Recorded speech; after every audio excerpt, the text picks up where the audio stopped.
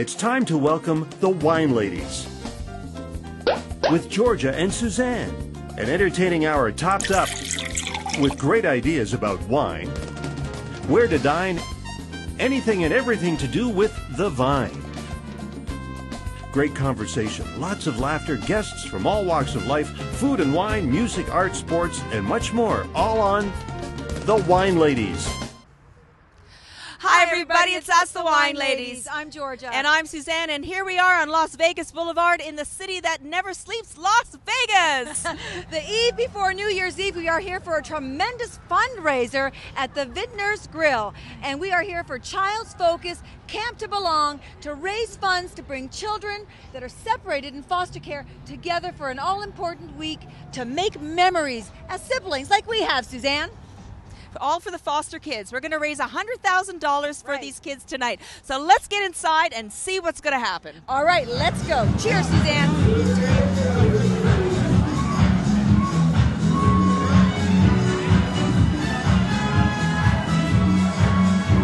We are so thrilled to be here in Las Vegas, aren't we, Georgia? Absolutely. Oh my goodness. You know, I couldn't believe we were listening to the news yesterday and they said 300,000 people come to Las Vegas for New Year's Eve. That is quite something. We are absolutely thrilled to be here, and I have to say on top of that, for an unbelievable cause. So it's going to be a great night. You know what? I wasn't actually sure if I was going to really be able to make it here as of 2 days ago. Have a look. That was definitely a distinct possibility. I have to say that it just wouldn't have been the same with just one wine lady. You know? I mean, my sister here would have been MIA, missing in action. That is not going to work, honestly. All right, so anyhow. What happened anyway? Well, what happened was after Boxing Day, on Boxing Day, we decided to go for a hike. We were hiking in Utah in the summer, and we love hiking. And, you know, post-Christmas dinner, we went hiking, and I fell and broke my ankle. But thank you, Georgia. She's a fabulous sister. She was there to support me. She brought me out of the woods, and you were a strong shoulder to lean on. You are an awesome sister. Well, thank you. And then you made me make you dinner and get your wine and help you pack. And when you sold on a button, I said, that's where I draw the line. But you know what, actually, everybody? I didn't mind. Because Suzanne is my sister. And we have a connection. And we have memories. And we have come to rely on one another and support one another. And isn't that what tonight is all about, everybody? All right. So we're here to raise funds to allow other siblings that have been separated in foster care to come together for 6 precious days. Thank you, Mark. To create a bond, to reconnect and build a foundation and create memories. And this will all be made possible at Camp to Belong here in Nevada. Thanks to the dedication and the fundraising efforts of your host, Mark Curry, and Club Curry, and also, of course, the Child Focus. Thanks to you, and along with a bunch of other people as well, we're able to make this evening happen tonight. I also want to mention to everyone that you may see that there's a video camera that's going to be circulating throughout the room throughout the evening. They're going to be filming our television show that films in Toronto, one sip at a time. It's a wine and lifestyle show, and our motto in life is everything somehow comes back to the vine. Live life large and with integrity. We interview celebrities and artists and stars, of which we have many here tonight. So please smile for the camera. The camera loves that. All right, so to the program of the night. First of all, we're going to be enjoying some fabulous food and some wonderful wine. And sitting at our table, we've got Dawn Garcia of Taste of Dawn. Get ready to be dazzled, Dawn. All right, and we will be enjoying the creations of Executive Chef Matthew Silverman and his culinary team of the highly acclaimed Vintner Grill right here in Las Vegas. All of these foods are going to be paired to perfection by Mark Curry, who we understand is a newly accredited sommelier. So if you like the wine and food combo, it's Mark Curry that did the magic here this evening. All right, we're also going to hear some very... Did you know that, Mark? We're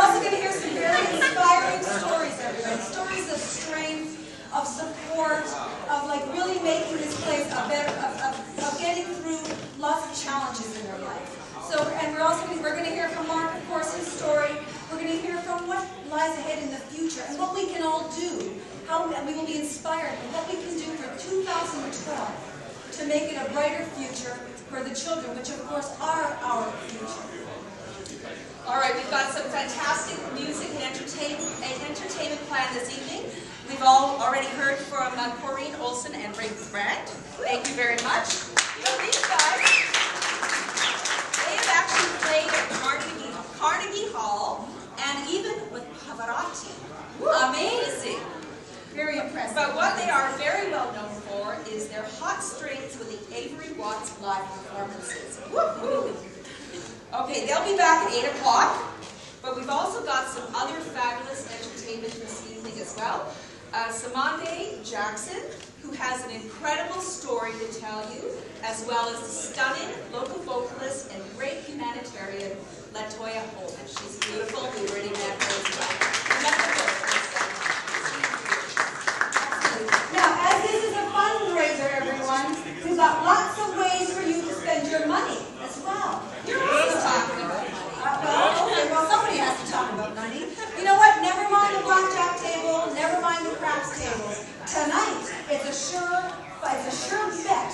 We've got a silent auction table, unequal out there, unbelievable things. We've got some artwork. We've got a superstar visionary artist to Michael Jackson, Davood Roostaei, who himself is also a philanthropist. Unbelievable. Yeah, he does a kind of art called phytorealism. Yes, realism. What does that mean? Yeah. Okay, and his works are worth between $25,000 and $100,000. So you really got to open up your wallets for that one. All right. Also, the work of LA legendary artist Charlie White III, the man behind the movie posters of Star Wars. Also, the original logo for Playboy, for Harley Davidson. Unbelievable. And also, the Rocky Horror Picture Show. Did I mention that?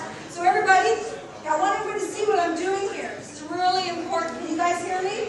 This is key to the night. See what I'm doing? What am I doing? I'm taking money out of my wallet. So I want to see a lot of this tonight, everybody, okay? There you go.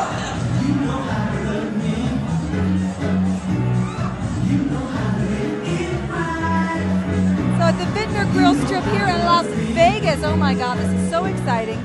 We're here for the Camp to Belong fundraiser, and we are here with the man who has the vision to make this happen. It's unbelievable. Mark Curry here. He's the founder of Club Curry, this incredible organization that has put this event together tonight to raise funds for children that have been separated because of having to go into foster homes, and Camp to Belong brings them together for 6 days to help them, give them some support, and Mark is going to tell us more about it. Mark, great to meet you. What an honor. Nice meeting you. Thank you so much for your support and being here. Appreciate it. It's our pleasure. So tell us a little bit about why you started Club Curry and the Camp to Belong. Well, so I had a good friend of mine and my partner's who had spent time volunteering at the camp. Okay. And the camp was a week-long camp where they reunited siblings, and I thought, wow, that's very...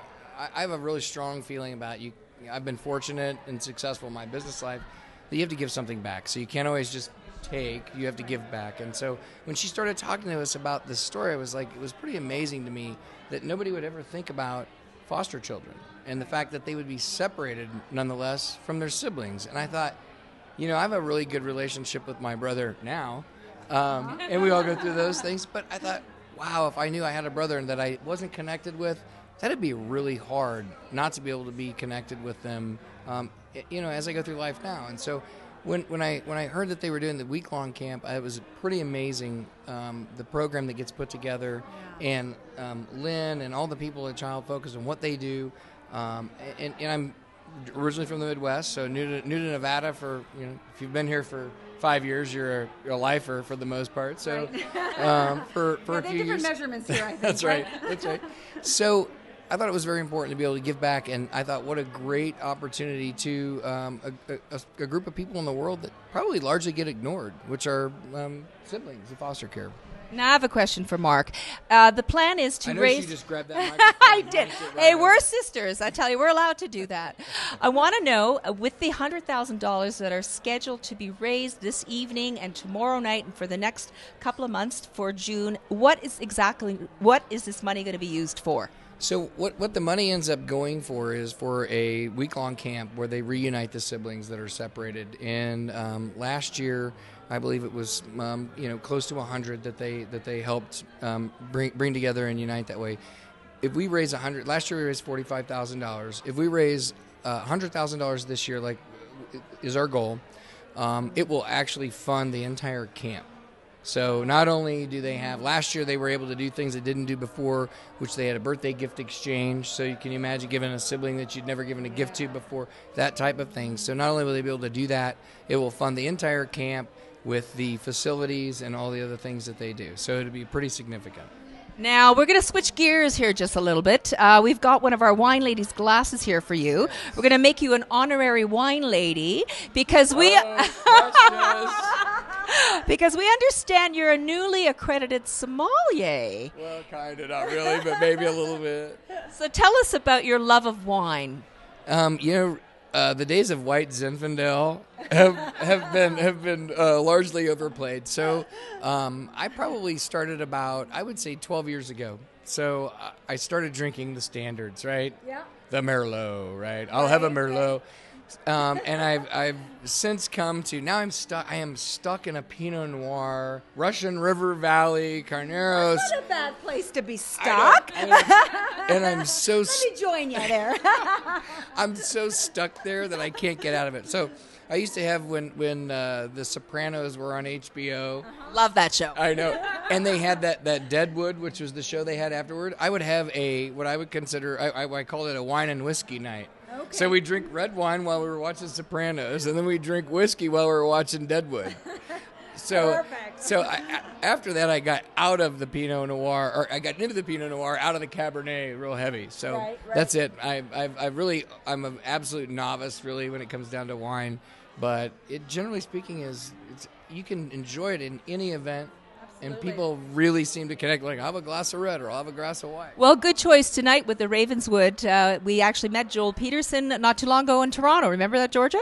Absolutely. And actually, the winemaker, Joel, he kind of fits in a little bit with with the theme here this evening in the sense that his motto with his wines is no wimpy wines. And, embrace the bold and avoid the dull kind of thing. So he's sort of one of the guys that is like willing to go out on a limb, to be different from everybody else and sort of enter into new frontiers. So good to Joel, and that was a great choice. That Zinfandel rocked tonight.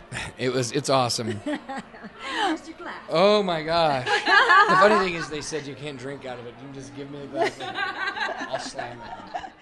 All right, well, thank you so much, Mark, and congratulations again on this stupendous, stupendous evening and the incredible charity that you've developed here. Thank you guys very much for your support. We really appreciate it. Our pleasure. Thank you. Thanks, everybody.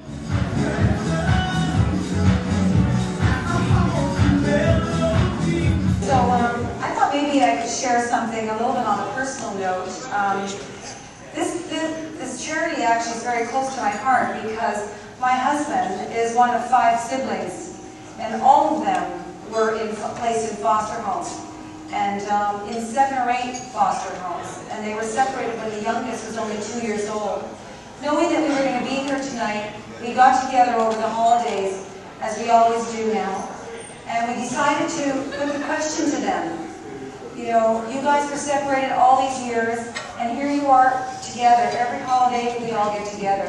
And we said, what is it that if you had the opportunity, or why is it that you think that you were able to come together after all those years of being separated in all these different homes? And they said that if they had the opportunity to come together once a year, it was at Christmas time, and just that one time of being able to come together, they felt that they had enough time to build a bond, to feel that they had the support, that they belonged to somebody, that they were part of something bigger, and that there were people that they could rely on and they could come to year after year. So when we told them about Camp to Belong, they thought, wow, that is so powerful. And the youngest one actually said that was an interesting sort of twist. He said, you know what really bothers me, Georgia, is the siblings out there that take each other for granted.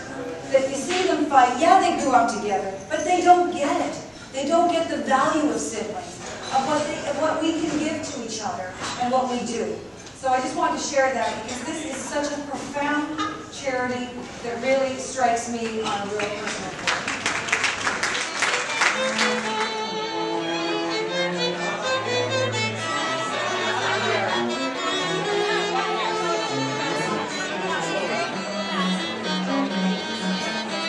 Okay, so we're here with Fauna Hodel, the editor of Celebrity Society magazine.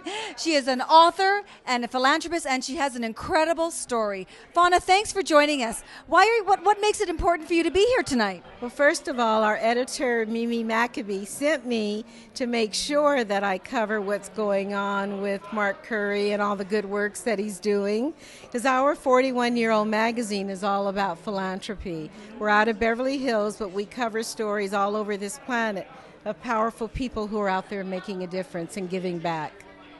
And have you done anything with Club Curry before, or is this your first venture? This is my first venture. Lisa Miller introduced me to Club Curry, and I just said, count me in, whatever I can do.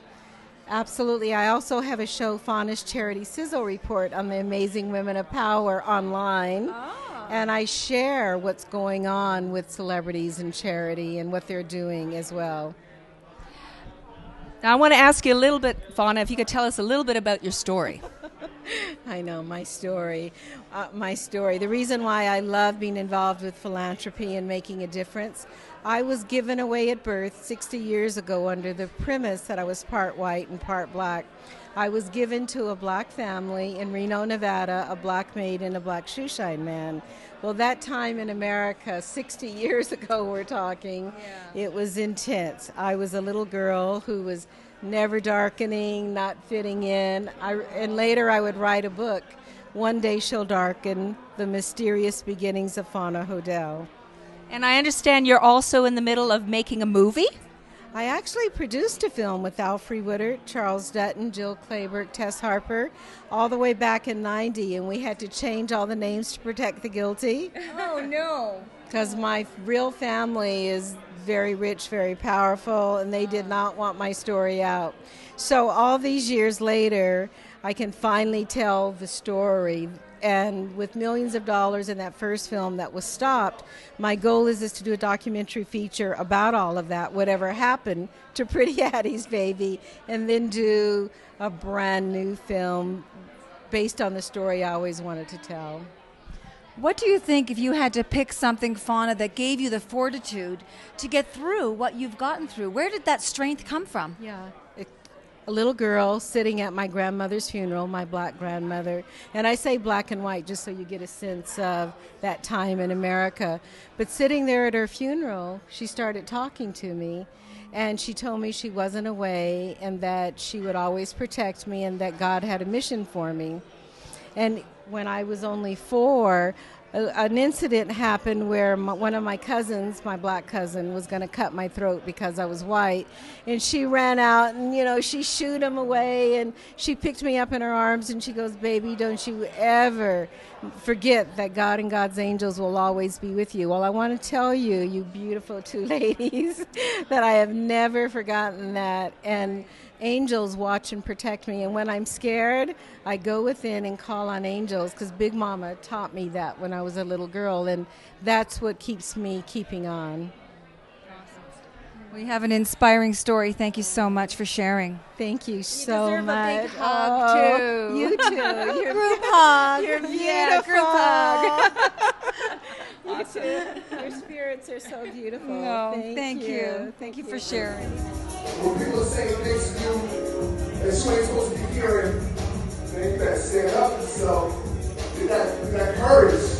Hit it with the no. I will never back down. Hands in the air, you hear the sound. You're stronger than you think. Stand up to these clouds. Let your pockets of fear. Who's the next to go down? I will never surrender. I would like to bring to the front of the room Lynn. And Lynn has quite enjoyed the story, and so I'm going to let her share what she has. She's the founder of Camp to Belong International, and that's a closely affiliated program for Child Focus. So she has a few words that she wanted to share. Thank you.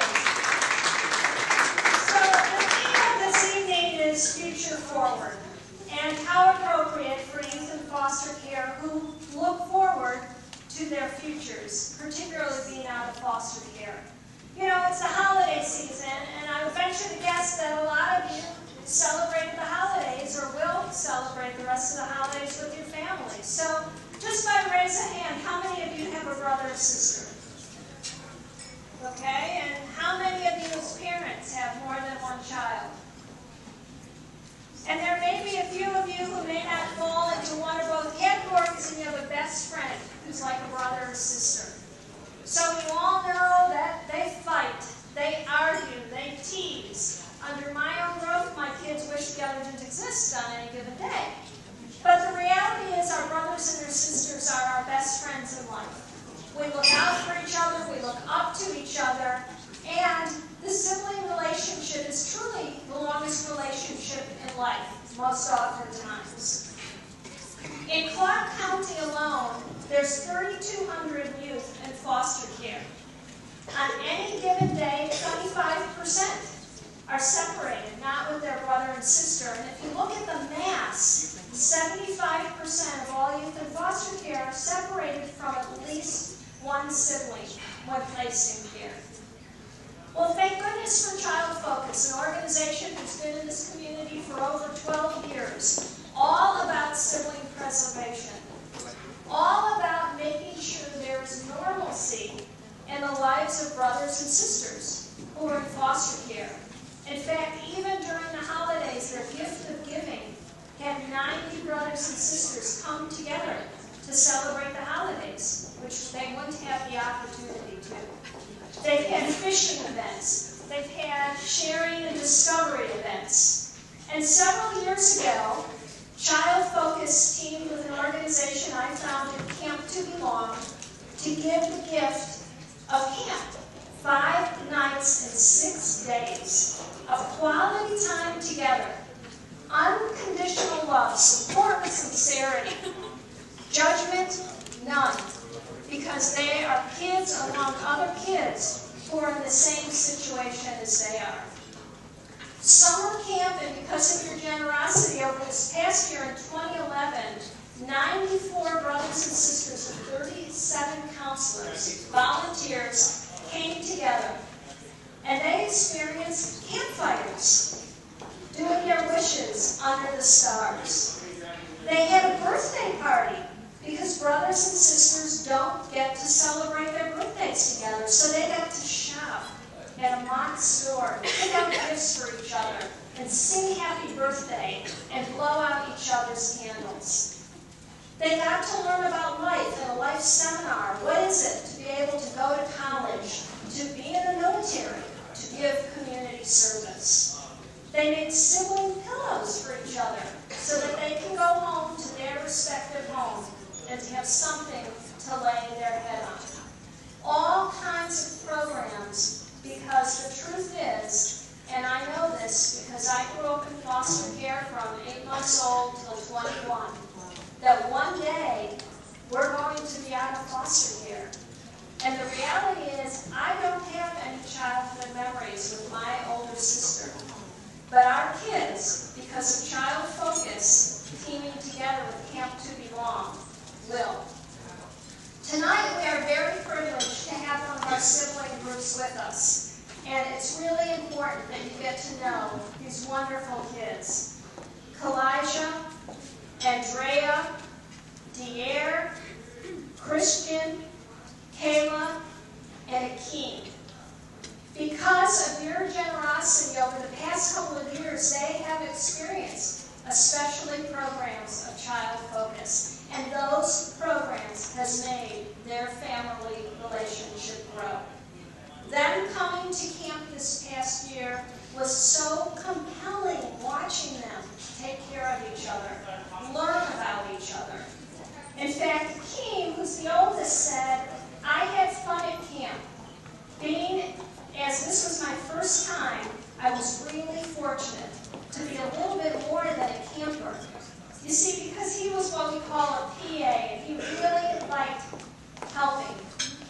loved it. And he said, I'll definitely be coming back next year, thanks to Camp to Belong. The reality of that is this past year in June, Akeem graduated high school, and his siblings were there cheering as he walked across the stage to get his diploma. Now, the crazy thing about foster care is when you turn 18, oftentimes there's not resources to support, to teach you, to help you into the future. And because of all of your generosity, Akeem not only was able to get support through Child Focus, but was able to learn how to fill out college applications, and is now going to the University of Nevada.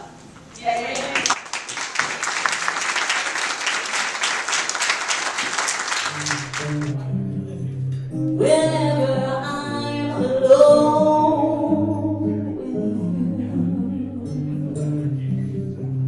you, you make me feel like I am home again.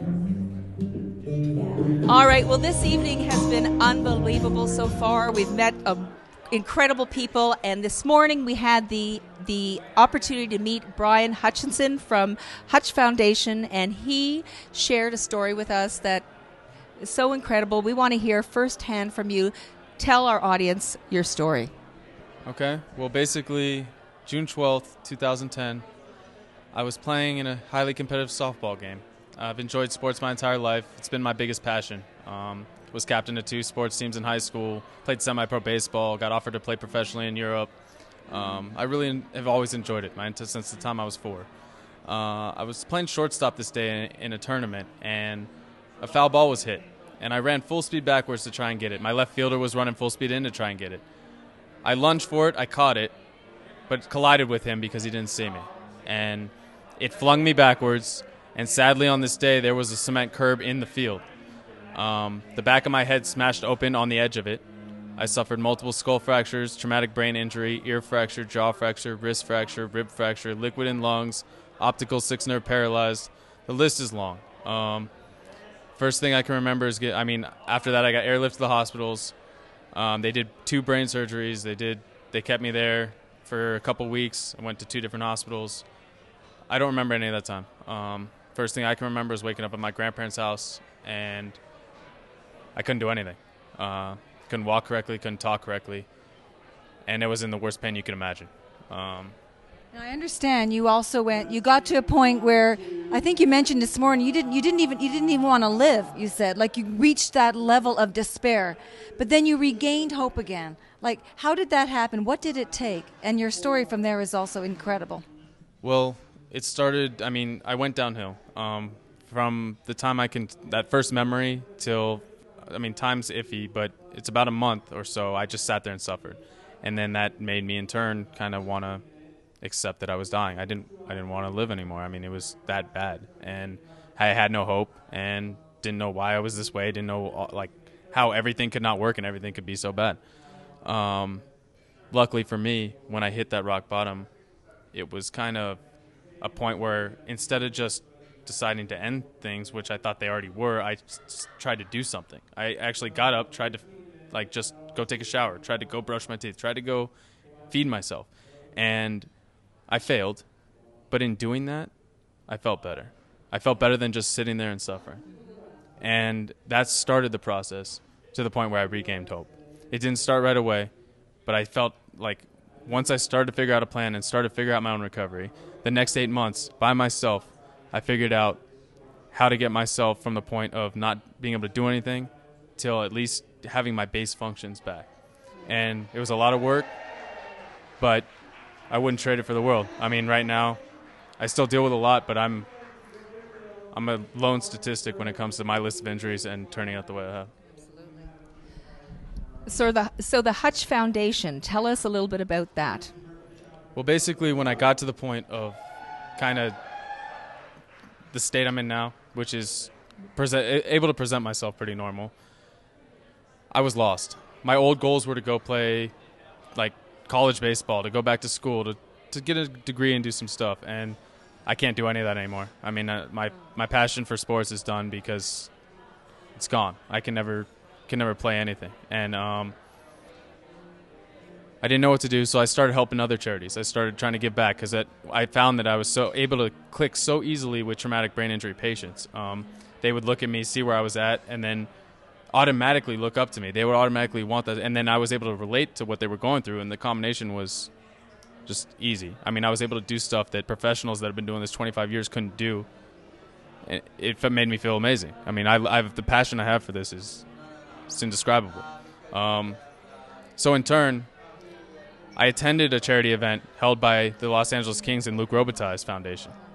And because it was deep, like, it was close to my heart because I care about sports and I care about, like, I wanted to be a professional athlete and do that stuff. All these people, once they heard my story, like halfway through the event, just jumped on board. And these are all professionals. These are all high-end business people. And to know that I could help the patients and then I could also get these people to jump on board who are all so successful and so happy with where they're at, I left there that day saying I wanted to do the same thing they were doing. And it started this, and I'm fortunate that I have some of my best friends in life that have dedicated their entire life to my foundation. They've jumped on board full speed, and I have some great people that I've met throughout the charities, and everyone's I'm appreciative of every second of it. I mean, it's awesome. Well, I think we're going to hear lots of great things from you, and we look forward to looking for you in the future. Thank you so much.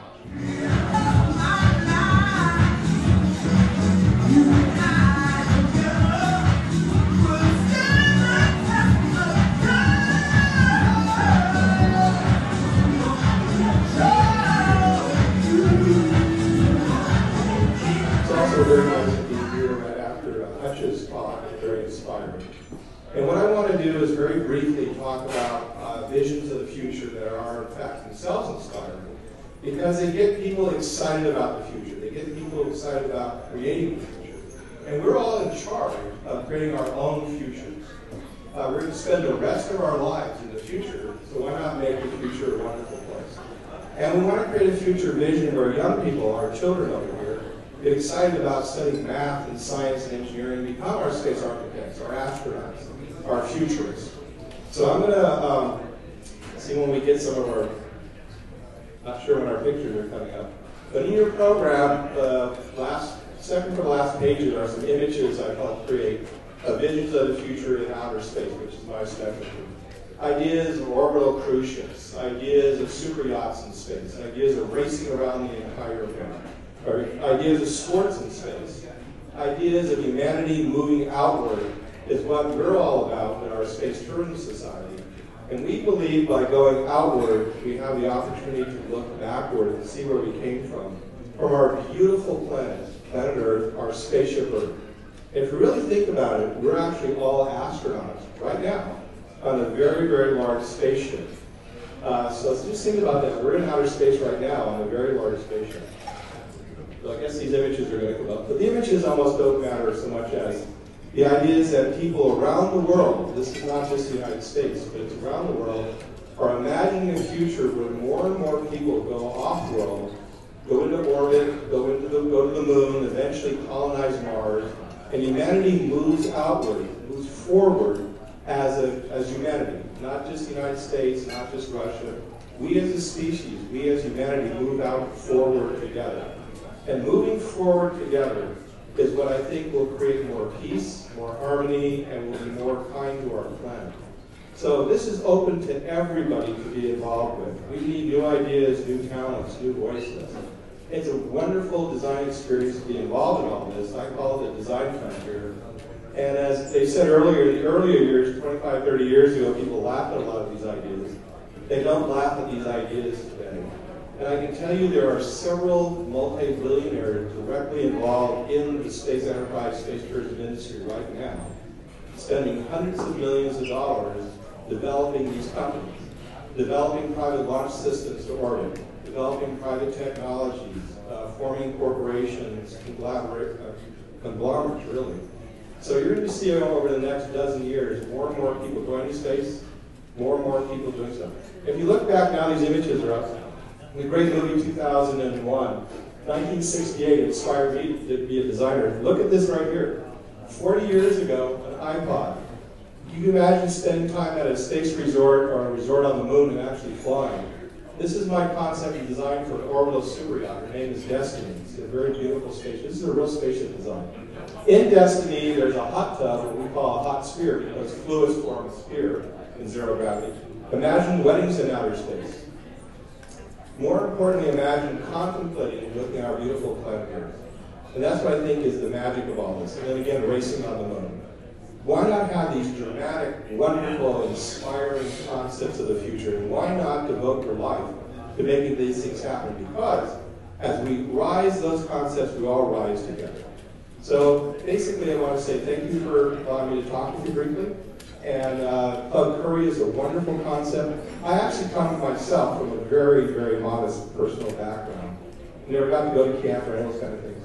But I can say that ideas and concepts and being inspired by movies like 2001 can uplift anybody.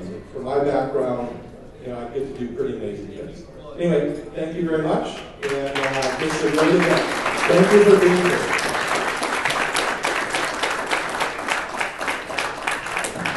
John, before you go, I want to ask you, what do you think of a vineyard on the moon?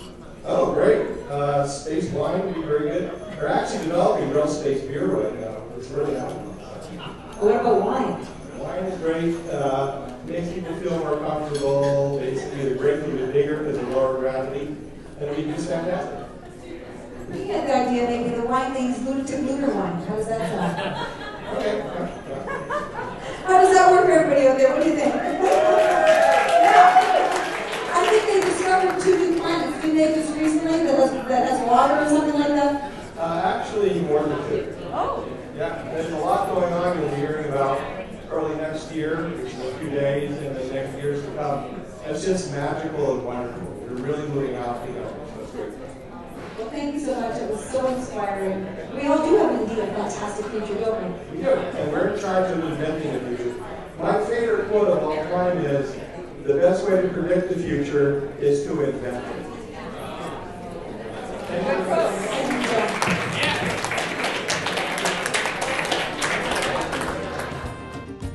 Well, Suzanne, it looks like we've come to the end of the night. It's been an incredible evening. I know we raised lots and lots of money for Camp to Belong, and this is just the beginning. We're going to be raising funds right up until June. Those foster children are going to have an incredible 6 days at Camp to Belong.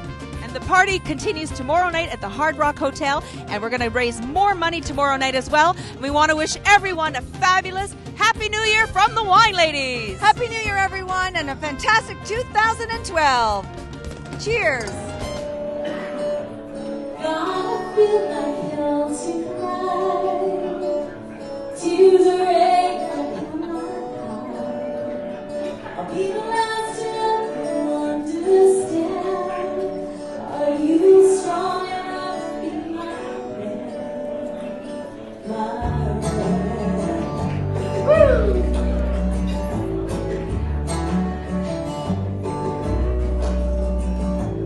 Nothing's true and nothing's right. So let me belong to you. You can't change the way I am. Are you strong enough to be my